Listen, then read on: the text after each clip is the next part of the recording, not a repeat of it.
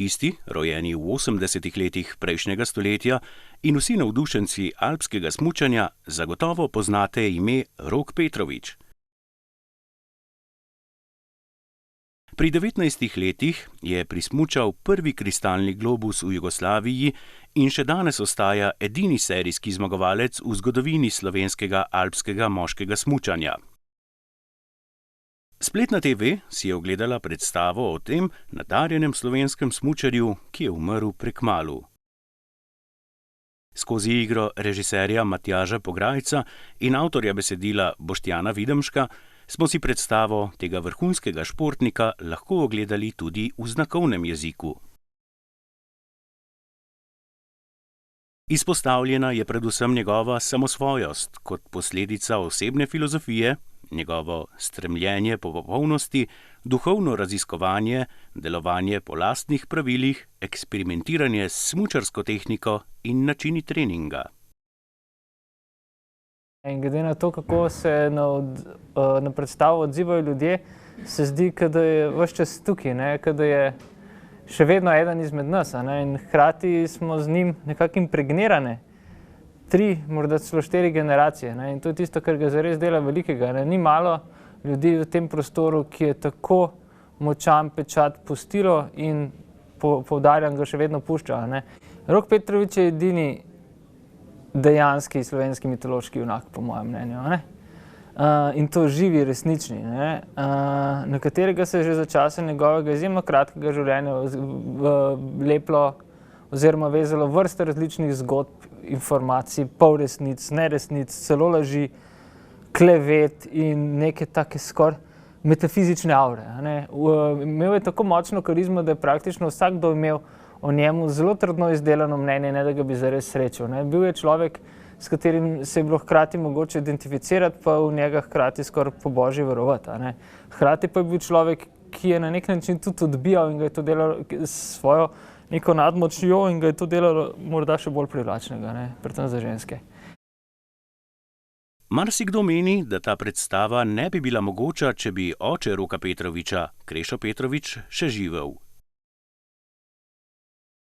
Pa ne zato, ker bi imela njegova vloga enoznačno negativen predznak, temveč zato, ker ne bi nikoli sprejel možnosti, da lahko kdo v smrti njegovega sina vidi kaj drugega kot nesrečo.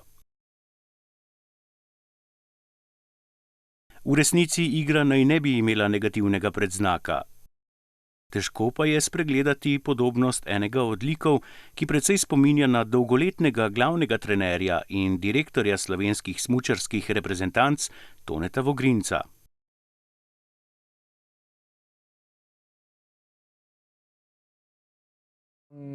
To ni po mojem mnenju, ko govorim kot scenarist, lik neposredno nujno Toneta Vogrinca. To je ta lik, ki za vas poseblja Toneta Vogrinca, zame poseblja slovensko smučanje, Mjuski pul v drugi polovici 80. let, recimo, ko je bilo to na svojem vrhuncu. Kakšne so odzivi, bi bili odzivi, pa absolutno treba vprašati njega. Kot smo omenili že na začetku, je bila predstava tolmačena tudi v slovenskem znakovnem jeziku. Za doživeto tolmačenje je poskrbela Nataša Kordiš.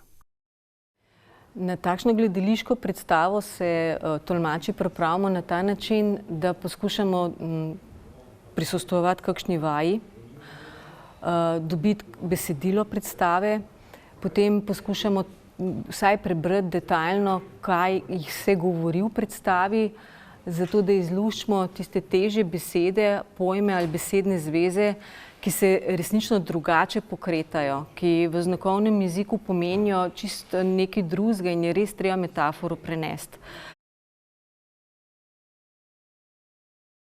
Pa je za tolmačenje gledališke predstave dovolj le znanje znakovnega jezika? Mislim, da ne more tega vsak tolmač opravljati. Seveda je potrebno uporabljati mimiko. Saj tisti govorci, ki sicer dobro obvladajo znakovni jezik, pa ne obvladajo mimike, pa nimajo tega občutka za prostorsko upodabljanje svojih povedi, ne dosežejo tolikšnega razumevanja pri gluhih ljudeh. Predstava Rokova modrina je gotovo vredna ogleda. Tolmačena v slovenski znakovni jezik je še en pečat več k prispevku kulturnega udejstvovanja gluhih.